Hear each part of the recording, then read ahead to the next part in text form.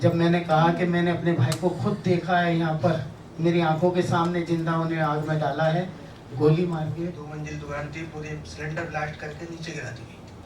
सारा सामान लूट लिया गया, कपड़े का पुराना, हमें कुछ नहीं। अयोध्या में मंदिर का उद्घाटन हुआ था, उसे लेकर गलियों में ऐसे नारे बोलते हैं कि जैसे कि हमें लोग मारने के लिए आते हैं। कभी कभी ऐसा भी होता है हमारे साथ में, जैसे बीच में झगड़ा हो गया तो गली में बोल देते हैं अभी एक मुसलमान का घर है, अब यहाँ पे ये नहीं रहना चाहिए। हम यहाँ क्यों पैदा हो गए? इंसाफ नाम की कोई चीज ही नहीं है। क्या बिगाड़ा हमने किसी का? ऐसा लगता है कि हम कहाँ हो गए, क्या हो रहा। जब मैं घर से बाहर निकला तो ऐसा बस पहुंचा ही था दुकान पे, वहाँ दुकान बंद थी। घर की तरफ लूट हुआ तो एकदम से बहुत कसमे की भीड़ आई, भाग के, पता नहीं मुझे पता कहाँ से आई। उसमें मैं अपने आप को संभाल ही नहीं पाया, एकदम जैसे घर की तरफ अपना रुकू के चक्कर में भाग, भीड़ में मुझे नहीं पता कहाँ से क्या हुआ, एकदम शोर शराबे की आवाज़ आने लगी। पर बहुत ज़्यादा गोले बाग वहाँ फूट रहे थे और भीड़ में मेरे ही चोट लगी। वो मारो, उनके यहाँ से फिर पुलिस वालों के दौरे गए। मैंने उन्हें बताया कि मेरा भाई यहाँ जिंदा आग में डाला है और उनका पता नहीं क्या हाल है, कैसा है, मुझे नहीं पता। तो वहाँ से फिर कुछ फोर्स गए और कुछ पुलिस वाले, थाना अध्यक्ष एक शर्मा थे, वो गए। तो उन्होंने मुझे वहाँ से फ़ोन किया। मैं नहीं गया, डर के मारे कि मेरे साथ भी कुछ हो सकता था। उन्होंने कहा कि सलीम भाई तुम्हारा सिर्फ यहाँ, पहले तो पुलिस वालों ने कहा यहाँ कुछ नहीं है, यहाँ तो जला हुआ सामान है बस। फिर जब मैंने कहा कि मैंने अपने भाई को खुद देखा है, यहाँ पर मेरी आंखों के सामने जिंदा उन्हें आग में डाला है, गोली मार के।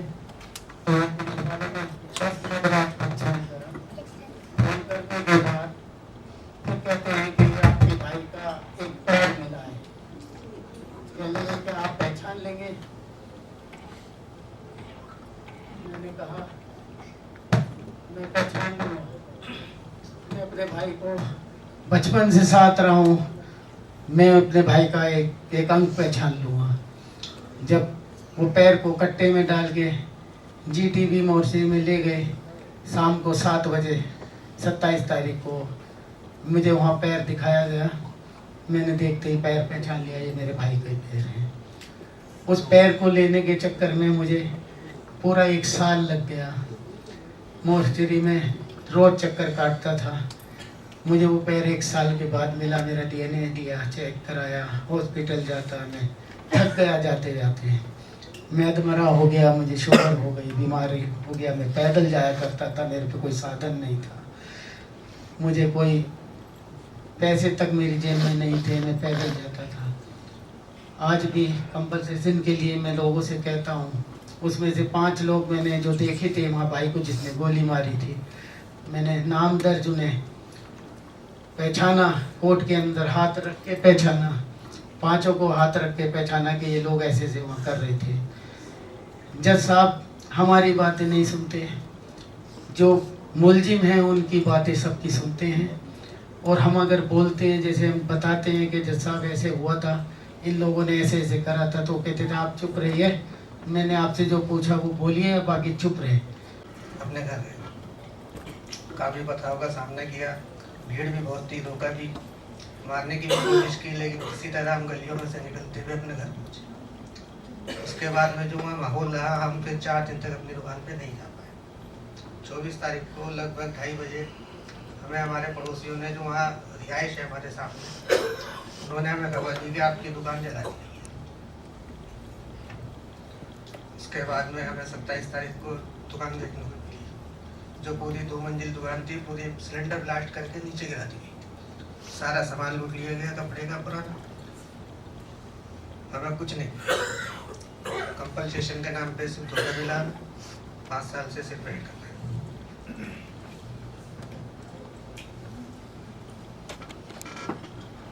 रह रही हूँ इस टाइम। आज भी लोग ऐसे फेस करते हैं जैसे हमने किसी का मर्डर कर दिया हो या किसी का कुछ लेके भाग गया हो। जिस टाइम हम अपने घर पर लौटे थे ना, तो लोग बाग हमें ऐसे देखते थे जैसे इसके घर में से हमने कुछ चुरा लिया है, कुछ ले लिया है। और आज भी फेस करना पड़ रहा है, ये नहीं कि नहीं करना, फेस मैं भी कर रही हूँ। कभी कभी जैसे कुछ होता है, जैसे अभी अयोध्या में मंदिर का उद्घाटन हुआ था, उसे लेकर गलियों में ऐसे नारे बोलते हैं कि जैसे कि हमें लोग मारने के लिए आते हैं। कभी कभी ऐसा भी होता है हमारे साथ में, किसी बीच में झगड़ा हो गया तो गली में बोल देते हैं अभी एक मुसलमान का घर है, अभी यहाँ पे ये नहीं रहना चाहिए। ये बात है, आज भी हम उसी चीज़ से फेस कर रहे हैं। कोई वो नहीं डेवलपमेंट है कि कुछ नया हुआ, कुछ नया नहीं, वही का वही सीन है हमारे साथ में। अभी तक हम वहीं पर हैं। बस मैं इतना ही कहना चाहूँगी। दंगों वाले दिन मेरा चौक पे ही धर्म कांटा है, मशहूर जगह है। और मेरे नौकर ने बताया भाई यहाँ कुछ लोग इकट्ठा हो रहे हैं और नारेबाजी कर रहे हैं। मैंने कहा भाई क्या कह रहे हैं? उसने कहा कह रहे हैं नारे कर रहे हैं, मगर वो लड़का भी हिंदू का था मेरे पास से, काफी दिन से रहता था। और भाई तू भी नारे लगा ले। तो नहीं जी मुझे डर लग रहा है, मैं तो अपने घर जाऊँ। मैंने कहा भाई क्या हो रहा है तो बता। कह जी ये तो इनके यार ठीक नहीं है। फिर उसने फोन कहा जी हाँ इन्होंने आग लगा दी। मैंने 100 नंबर कॉल किया, सर मेरे यहाँ धर्मगाड़ी में आग लगा दी गई। उसने पूछा कहाँ से बोले आप? मैंने शिवयाद तिराए से। कहा अच्छा। फिर पूछा हम भी बेचते हैं। फिर कहा तुम्हारा नाम क्या है? मैंने कहा मेरा नाम शहजाद है। कहा अच्छा अच्छा चलो करते हैं, अभी करते हैं जुगाड़। फिर फोन किया मैंने, सर यहाँ आग लगा दिया, गाड़ी भेजिए, गोश्त भेजिए। उसने कहा कौन बोल रहे हो? मैंने कहा मेरा नाम शहजाद है और ऐसी बात है। उसने कहा अच्छा चलो देखते हैं, कोई बात नहीं। कोई उसमें कुछ नहीं। वो लोग जो है दंगे जो दंगाई थे वो हमारे सामने ऐसे हथियार ले खड़े थे। मैं वहाँ धारी लड़के बताते हैं जैसे कि ये लोग जो हैं बहुत बड़े क्रिमिनल है, हमने उनका क्या उठा रखा है। हमें लड़को ना भाई तुम जाओ यहाँ से, तो वो लोग उन्हें खड़े रहे वहाँ। फिर वहाँ फोर्स आई, पुलिस आई। उसने कहा भाई लड़का बताया मुझे, वो खड़े थे भाई तुम यहाँ क्यों खड़े थे कि यहाँ आग क्यों नहीं लगाई तुमने? वो इशारा कर रहे थे। कह लीजिए तो पता नहीं किसका कांटा है, तो लगता है दूसरों का होगा। उसने कहा नहीं ये मुसलमानों का, यह कर दो काम। ये इशारा था उनका। अरे उन्होंने हमारे आग लगाई थी। फिर उन्होंने हमारे यहाँ कम से कम 500 आदमी करीब आए और अड़ोस पड़ोस के पता नहीं कहाँ गए उन्होंने। मैं तो वहाँ था नहीं, लड़के सब भागे और पथराओ। हमारे घर के अंदर जमीन नजर नहीं आ रही थी, सिर्फ पत्थर और ईंट थे। उन लोगों ने आग लगा दी गई। मेरी एक बड़ी गाड़ी खड़ी थी, उसमें आग लगा दी। धर्म कांटे के अंदर आग लगा दी। मेरा वेस्ट का काम है, उसमें सब जला खाक कर दिया। और मोटरसाइकिल और एक लेबर वालों को इतना मारा गया वो बस मरने से कबाल बचा। ऐसा बुरा हाल था। फिर उसके बाद में वहाँ से मुझे मिला कुछ नहीं। मैंने बहुत कोशिश करी, जो वहाँ का आईओ था उससे बात करी, कॉल करी, उसे बुलाया कितनी बार। और कई बार मेरे वहाँ चोरी भी हुई। मैंने फ़ोन किया भाई मेरे यहाँ चोरी हो रही है, आप इसका इंतजाम करें। तो उसने मुझे डाटा कहा भाई तेरे सबसे ज़्यादा तेरा चोरी सबसे ज़्यादा होती है, तुम्हें सबसे ज़्यादा क्या है। मैंने वहाँ 2 चोर पकड़ लिए। मैं अगले दिन ही पहुँच गया वहाँ पर, बैठ गया वहाँ जाके। मैंने चोर पकड़ लिए। मैंने उससे कहा पकड़ के उससे कहा भाई ये बता मेरे आग किसने लगाई? वो पहले बता नहीं, मैं कहा अभी तेरे सीधा करूँ दिया तो बता किसने आग लगाई। उसने कहा जी फला थे उस मोहल्ले के। मैंने पुलिस को फ़ोन किया, पुलिस वाले उनको लेके चले। मैं जी इन्होंने मेरी बताओ, इन्होंने ये बता रहे हैं कि आग उन्हें लगाई, उन्हें पकड़ो। उसके बाद में कुछ बार उसको लेके फिर वापस ले आए वहाँ उसको मेरे पास ला। कहा भाई ज़्यादा हो रहा है क्या? मुझे धमका उठा उसने। ऐसा हाल है। कभी मैं सोचता हूँ भाई हम यहाँ क्यों पैदा हो गए? इंसाफ नाम की कोई चीज़ ही नहीं है। क्या बिगाड़ा हमने किसी का? ऐसा लगता है कि हम कहाँ हो गए, क्या हो रहा। कोई बात करते हैं, कोई रिस्पॉन्स किसी बात की नहीं है। अभी मैं काम कर रहा हूँ वेस्ट पेपर का और मेरी टर्नर है, मुझे देख के जिस टर्नर ने मुझे बुलाया और मैं नोटिस भेज दिया। और इतना परेशान अब मैं हूँ बहुत ज़्यादा। नोटिस भेजता मेरे पे और कहीं बता ये सब कहाँ से क्या। मेरी कुछ भी खता नहीं है जरा से भी। नम शुरू से कहते मेरी एक सोच थी कि भाई 1 नंबर में काम करना। मैं इतना बड़ा लड़का नहीं हूँ। 1 नंबर से काम करेंगे, ये बड़ी बड़ी कंपनी काम करती है, 1 नंबर से काम करती है तो आगे बढ़ती है। मैंने जब से काम शुरू किया है बचपन से लेकर आज तक, मेरी जिंदगी ऐसी है कि आदमी सुनेगा अफसोस मेरे बाप के कोई नहीं था, सिर्फ अकेला माँ बाप मेरे बाप के छोटे छोटे मर गए थे उसके, ना कोई भाई ना कोई बहन, सिर्फ मेरा बाप अकेला था। उसने पति की कैसे जिंदगी गुजारी उसने, सब हमें पाल को उसके बढ़ाया।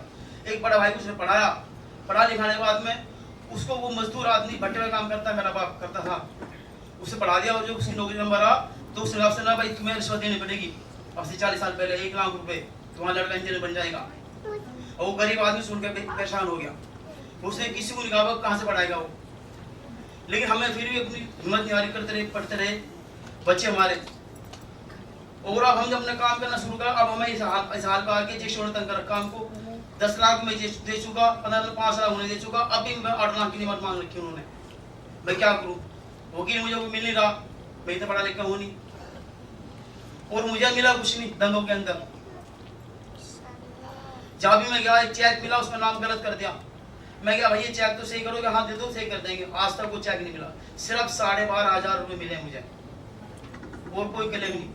मैंने किसी से कोई पैसा लिया नहीं, और पड़ोसी मदद करी, मेरे पास आते थे, मैं बिल्कुल चौक के मेरा काम है, जो मेरे पास आता था भाई मदद के लिए, मैं तो बस ब्याह चले जाऊँ अंदर, वे लोग वहाँ जाकर मुझसे थे। आज वहाँ का माहौल अब तो कुछ ठीक था, पहले से अब थोड़ा घरवासी गया है, जैसे बाद सरकार आई है। तो चाहता हूँ कि ये क्या कब तक कैसा वक्त आ रहा है, कैसे हम काम करेंगे, कैसे जिएंगे, कैसे हम काम करेंगे। लेकिन मैंने हिम्मत दी, जब मेरा आग लगी, मेरे कोई सहारा नहीं, मैं बैठ गया। मेरा वेस्ट कोरोना आ गया था, उसके बाद हम काम करते रहे। जहाँ मेरा सब जला देगा, कभी 40 लाख का नुकसान हुआ मेरा, मैं भी अपना काम करता रहा, और अपना काम करने के बाद में अपना काम करते करते अपना काम लिया, किसी से कुछ नहीं ना मदद करी, सब मेहनत करी, और मेहनत करके अपना काम को आगे बढ़ाया। लेकिन दोस्तों आज मैं परेशान हूँ, मैं चाहता हूँ कि मुझे कोई इनकम टैक्स का वकील मिल जाए और मेरी मदद कर सके। मेरी ये अपील है आप लोगों से।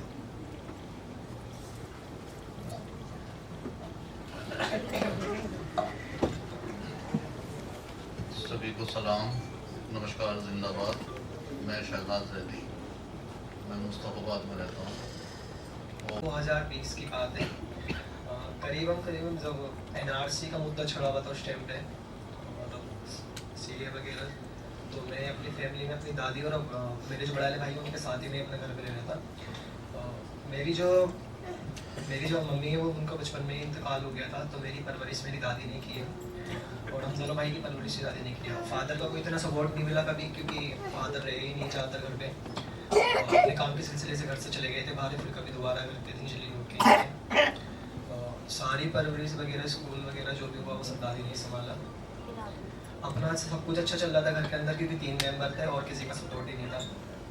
दादी और बड़े भाई घर को चला रहे थे, मैं अपना स्कूल जा रहा था।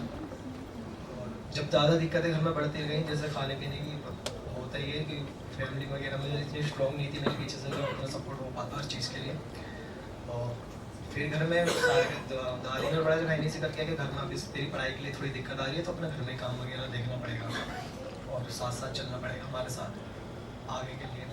तो बड़े अपने काम में अपनी दादी के साथ घर पे कर रहा था। अचानक ही ऐसा कुछ नहीं पता कि क्या हो रहा है, क्योंकि फैमिली में ज़्यादा ध्यान था, बाहर के कल्चर के बारे में तो कुछ पता ही नहीं था। एकदम में ऐसा होता है कि लड़ाई झगड़े बढ़ गए बाहर, और शोर शराबे की आवाज़ आती है।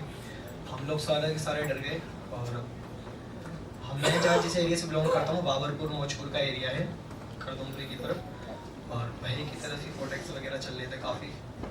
कब जैसे कि भी आप लोगों ने सभी सुना कि फिल्म के भड़काऊ बयान से बहुत ज़्यादा लोगों को फर्क पड़ा था। और बाकी जो कुछ कमेटी वाले जो अपने हमारे जो भाई लोग हैं, सारे के सारे गैर मुस्लिम वगैरह जो लोग हैं, मुसलमान स्कूल पर काफ़ी उनका डिफेक्ट था। काफ़ी लोग हमको जितने भी मुसलमान थे वो बड़े अजीब और गरीब नज़रिए से देख रहे थे। और जब मैं अगले दिन सुबह, मुझे याद है 24 तारीख को, 24 फरवरी वाले दिन, जिस दिन मैं लेट सो के उठा था घर में, तो दादी ने बोला कि सब कुछ हो चुका है, वो अपना नाश्ता वगैरह तुझे अगर पूछेंगे तो बाहर जाके लेके आ जा। इतना ही बाहर कुछ नहीं था, सिर्फ एक गली के बाहर पे दुकान थी, 10-15 उस बेकदमों के भारी। मैंने कहा ठीक है मैं ले आता हूँ आप लोग को, तो घर वालों ने भी कहा लेकिन एक ज़्यादा टाइम नहीं लगाना है। वो तो दादी ने कहा मैं चलती हूँ, मैंने नहीं आप रहो घर के अंदर ही मैं आ जाऊँगा। जब मैं घर से बाहर निकला तो ऐसा बस पहुँचा ही था दुकान पे, वहाँ दुकान बंद थी। घर की तरफ रूट हुआ तो एकदम से बहुत कसमे की भीड़ आई, भाग के पता नहीं मुझे पता कहाँ से आई। उसमें मैं अपने आप को संभाल ही नहीं पाया, एकदम जैसे घर की तरफ अपना रुकू के चक्कर में भाग भीड़ में मुझे नहीं पता कहाँ से क्या हुआ, एकदम शोर शराबे की आवाज़ आने लगी, पर बहुत ज़्यादा गोले बार फूट रहे थे, और भीड़ में मेरे ही चोट लगी। भागने में अपना बचाव के चक्कर में जैसे मैंने अपने घर की तरफ लगाया, गली के अंदर तो कोई ऐसा एरिया नहीं था जिसकी तरफ बाहर लगा, तो चोट लगने के बाद में उस टाइम पे घर वालों को सबको माहौल इतना घबरा चुके थे, बहुत दिक्कत हो चुकी, मुझे कुछ पता ही नहीं था। जब मैं घर के अंदर मौजूद था अपने, जब मुझे बाहर से ले जाके बाहर के जो एरिया के लोग थे, वो उन लोगों ने घर जाके खबर दी कि आपके बेटे की चोट लग चुकी है, जो आपका पोता है। दादी से कहा, दादी घर पे बेहोश हो गई सुन के। फिर क्या हुआ तुम लोग बताओ, तुम लोगों ने देखा उसके साथ में। तो मैंने आप चलो, अगर आप नहीं जाने की, अगर आप नहीं चल पाओगे तो हम उसे घर ले आएंगे। तो दादी ने कहा नहीं, मुझे भी लेके चलो अपने साथ। कहाँ है? मोहल्ले के अंदर ही हमारा क्लिनिक बना हुआ था, क्लिनिक पे मुझे मोहल्ले वालों ने लेकर किया था। उसमें मेरी पीठ पर घाव हुआ था, बहुत गहरा घाव हो रहा था, खून नहीं रुक रहा था। डॉक्टर ने पट्टी वगैरह की खूब, उससे भी खून नहीं रुका। घर से तौलिया वाले टावल वगैरह लेके गए, उससे मेरी पीठ पूरी कवर कर दी थी। जब भी खून इतने बहुत खून बह जा रहा था, बहुत ज़्यादा हमारे परेशान हो गए थे। फिर दादी ने मुझे देखा, अगर मुझे इतना होश नहीं था, सिर्फ एक या दो बार मेरी आँख खुली थी, तो मैंने दादी को देखा। दादी को देख के मैं रोने लगा। मेरी दादी भाई देख के मुझे बेहोश होकर गिर गई, और बहुत ज़्यादा उन्हें भी देख के मैं अपना आप एक तो संभाल ही नहीं पा रहा था इतना सब कुछ में, क्योंकि मेरा ब्लड बहुत बह रहा था और आँखें नीचे नीचे जा रही थी बार बार। दादी ने कहा कि फिर कुछ देर बाद दादी को डॉक्टर साहब बताते कि ऐसा घबराओ मत, ही अभी इन्हें अस्पताल ले जाने के बारे में सोचो, क्योंकि बहुत ज़्यादा ब्लड बह रहा है, मैं यहाँ पे कुछ नहीं कर सकता। तो अस्पताल तो लेके नहीं गए, वहाँ से सीधा घर ही ले गए थे वापसी, क्योंकि मोहल्ले वाले बहुत ज़्यादा घबराहट थे, क्योंकि डर रहे थे बहुत ज़्यादा कि जैसे हमारे पुलिया कवर हो रही थी, बाहर जा रहे थे अपने इलाके से, पथराव बहुत ज़्यादा हो रहे थे, और बहुत ज़्यादा भीड़ का लश्कर वहाँ पे आ रहा था। वो पत्थर ही पत्थर आ रहे थे हर जगह रोड पर। यहाँ तक कि जब मैं अपने क्लिनिक का, मेरा जो एरिया थोड़ा अंदर को गए, वहाँ तक भी पत्थर थे, क्लिनिक तक भी पत्थर पड़े थे, और कोई भी मरीज एकदम से कहीं नहीं जा रहा था, सब अंदर ही थे। इतने में मोहल्ले वाले बताते, जब क्लिनिक में ही थे हम, घर पर आ ही रहे थे, तो पत्रकार घूम रहे थे वहाँ पे, निकिता मैम थी, और हर उसी टाइम काफ़ी टाइम लोगों से मेरी सलाम दुआ थी, काफ़ी अच्छे खासे होते, लेकिन आज भी बात होती है बहुत, क्योंकि वो बाहर की थे एरिया में कवर करती हैं जो भी बाहर को सब कुछ हो रहा है। उस टाइम पर उन्होंने मेरी बहुत ज़्यादा मदद की थी, और दादी से कहा कि घर पर आके कि बताओ आपके घर में से कौन है जिसके छोड़ के हम उस अस्पताल तक लेके जाएंगे अपनी जिम्मेदारी पे। दादी ने कहा बाहर के माहौल को दादी ने सब कुछ उस टाइम देख ही लिया था, मेरे घर वालों ने भी सब कुछ देख लिया था, कितनी बुरी हो रही थी। तो उन लोगों ने बोला चलो ठीक है, अपनी जिम्मेदारी पर आप कह रहे हो। तो मेरी दादी एम्बुलेंस वाले को, बाहर के मोहल्ले वालों ने फ़ोन किया, जो एम्बुलेंस आ रही थी बाहर की भीड़ से मार के भगा रहे थे कि नहीं, हम तुम्हें मुसलमानी एरिया में गाड़ी नहीं लेके जाने देंगे बिल्कुल भी। काफ़ी सारे लोगों, हमने बहुत देर तक ट्राई किया, खून में बहुत बह चुका था, फिर मैं लॉस हो गया उस चीज़ में। और दादी का भी बहुत ज़्यादा बुरा हाल हो गया था। तो फिर एक जैसी दादी अपने एक ठेली चली हुई थी पूरी, जिसमें आग लगी हुई थी, ठेली के अंदर आग लगी हुई थी इतनी कि मुझे उसी पे चादर डाल के घर से बाहर ले जाया गया। और पुलिस वालों की जिप्सी में पत्रकार जो मैडम थी निकिता दीदी, उन्होंने कहा कि बच्चा बहुत ज़्यादा परेशान है, उसे आप अस्पताल लेके चलो। वहाँ से अस्पताल लेके जाया गया मुझे, और मैडम भी साथ में ही थी।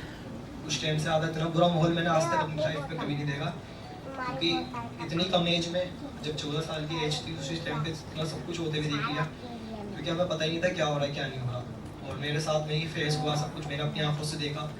जिस गाड़ी में मुझे ले आया गया, वहाँ पुलिस वाले थे, वो हंस रहे थे मेरे ऊपर, मेरी मजाक बना रहे थे, कह रहे थे इस तरीके से और जाओ बाहर और ये करो और करो। तब क्यों नहीं ये बात नहीं बोलनी चाहिए थी उस टाइम पर मुझसे। दादी ने कहा चलो कोई नहीं, तुम घबराओ मत।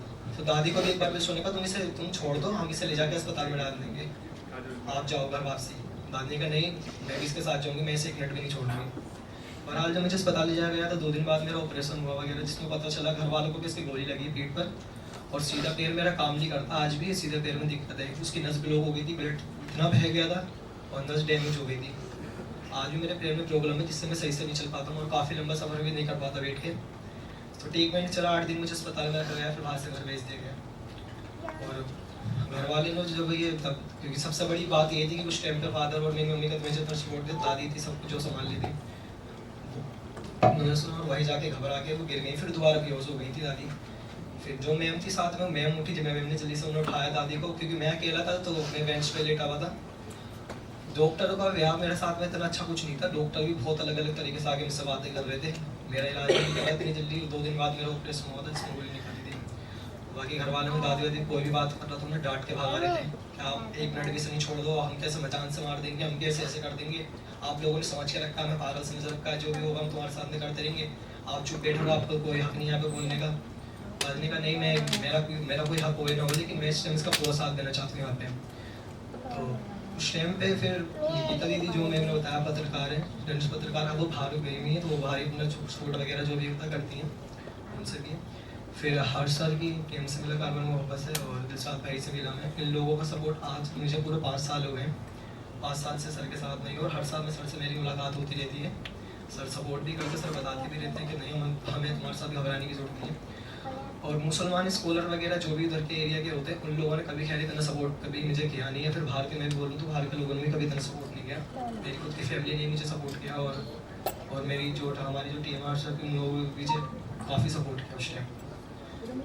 और ज़्यादातर मैंने देखा अस्पताल में जो लोग बाहर से आ रहे थे उन्हें आने ही नहीं दिया जा रहा था, उन्हें बाहर से भगाया जा रहा था। मेरे घर वाले भी जो मेरी जो बुआ उन्हें आया उन्हें भगा दिया गया।